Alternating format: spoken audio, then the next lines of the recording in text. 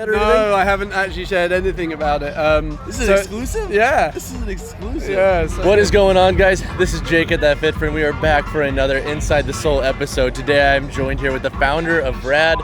Can you do a quick intro, explain who you are, explain R.A.D.?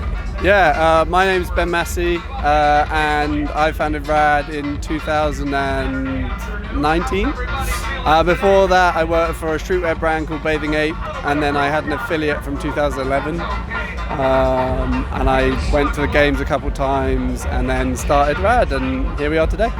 And so, the concept of R.A.D., how did it come to fruition? Because why a shoe? Like, did you have like this pie in the sky, like, I'm gonna build my own shoe one day, and here's how, like, how long did that take, and how did you land there? So I was actually walking in the park with my dog, which is where all the best thinking time takes place, and I was mulling over this idea of a brand, and I felt like there was a space for streetwear and training to combine.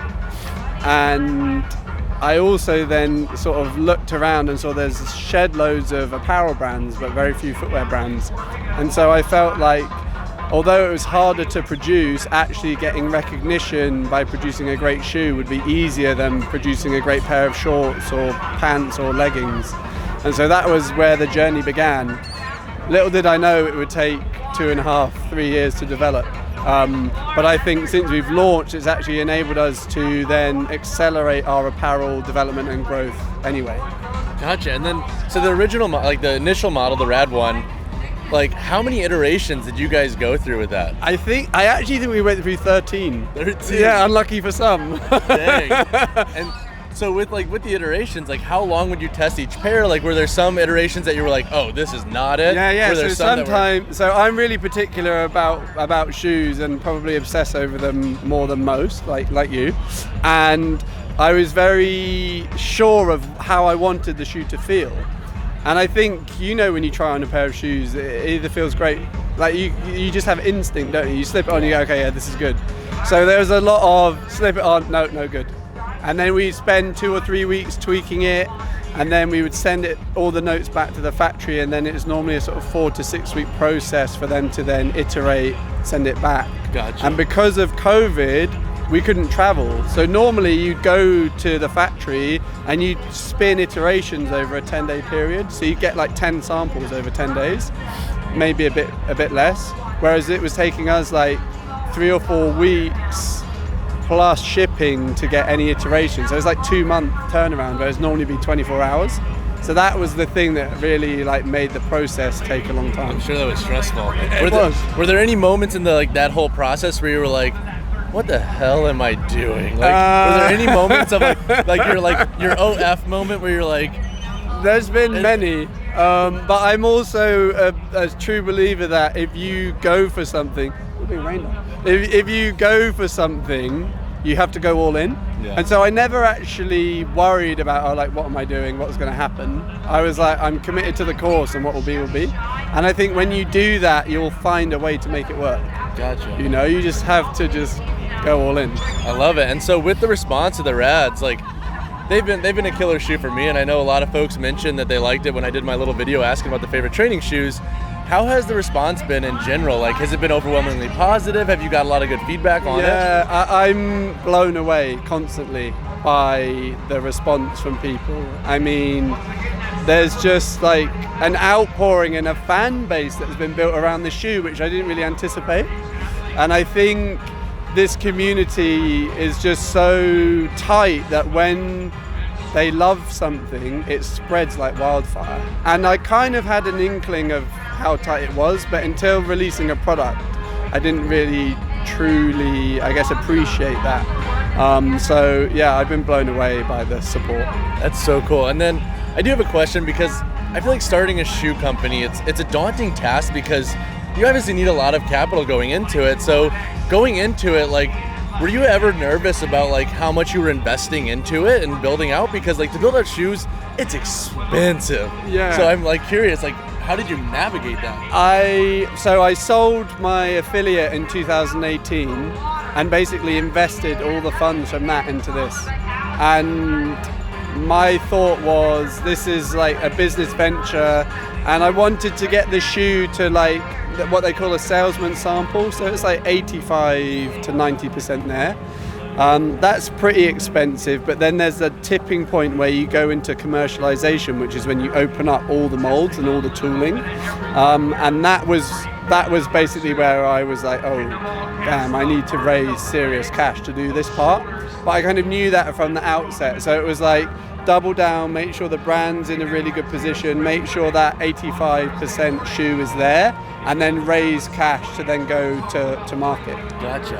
And so with the R.A.D. one, do you have a timeline for how long you're going to run that until you reiterate? Are you going to reiterate that? Yeah. Or are you going to like, because I'm curious, because some companies will like build like the Reebok Nano 1, 2, 3, 4, like, will you have a sequential like that? Exactly, yeah. And I think that makes sense. You can take learnings, like, yes, there's great positives to the shoe, but there's also some negatives, and I think we can improve on those things. You know, we want to increase our sort of bio content in the midsole, and as that technology improves, we can then adopt that into the shoe. So there's going to be those kind of things.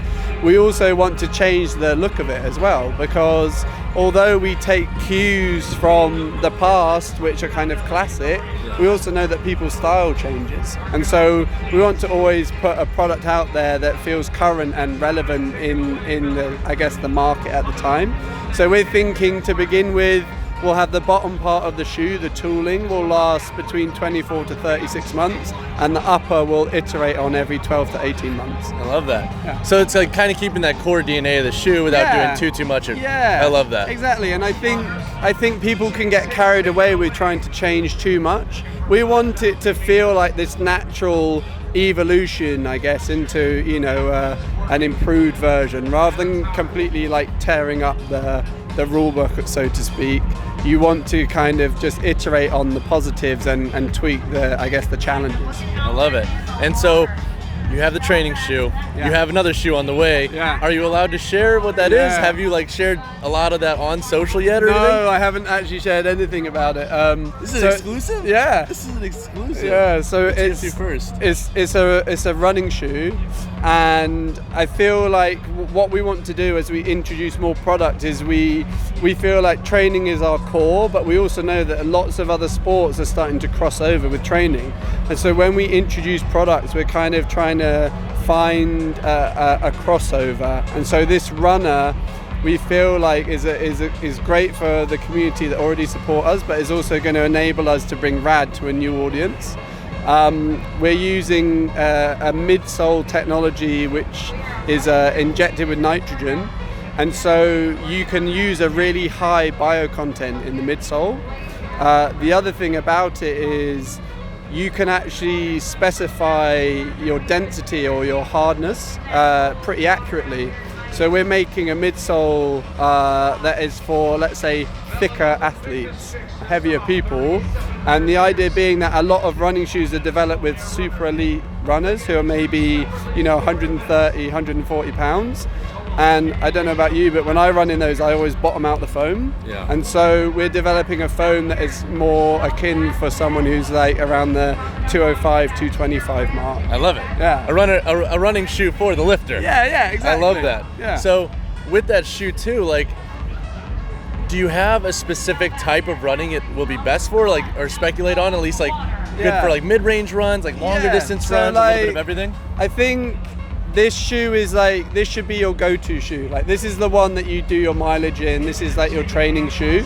We're going to start working on a sort of a faster shoe later in the year, and we also might start on a carbon shoe as well, which would be wild. That's amazing. So timelines can obviously shift and they can obviously change, but what kind of timeline could folks potentially expect with the running shoe? So we're shooting for April/May of this year. Yeah. Oh shoot! Yeah. That's So it's really far developed. That's amazing. Yeah. Okay, sweet. Well, hopefully we'll get some review content up for you on the channel. Yeah. Well, sweet. Before we wrap it up, with R.A.D. and its growth and kind of like your evolution in this industry with building a shoe, like, what is the biggest lesson you think that you've learned thus far?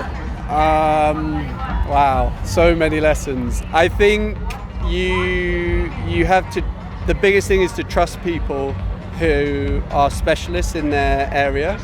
And I think if you don't know something or understand how something works, ask and be honest about it. And then I think everything kind of falls into place. If you proclaim to be the person that knows everything, or you feel like you can't,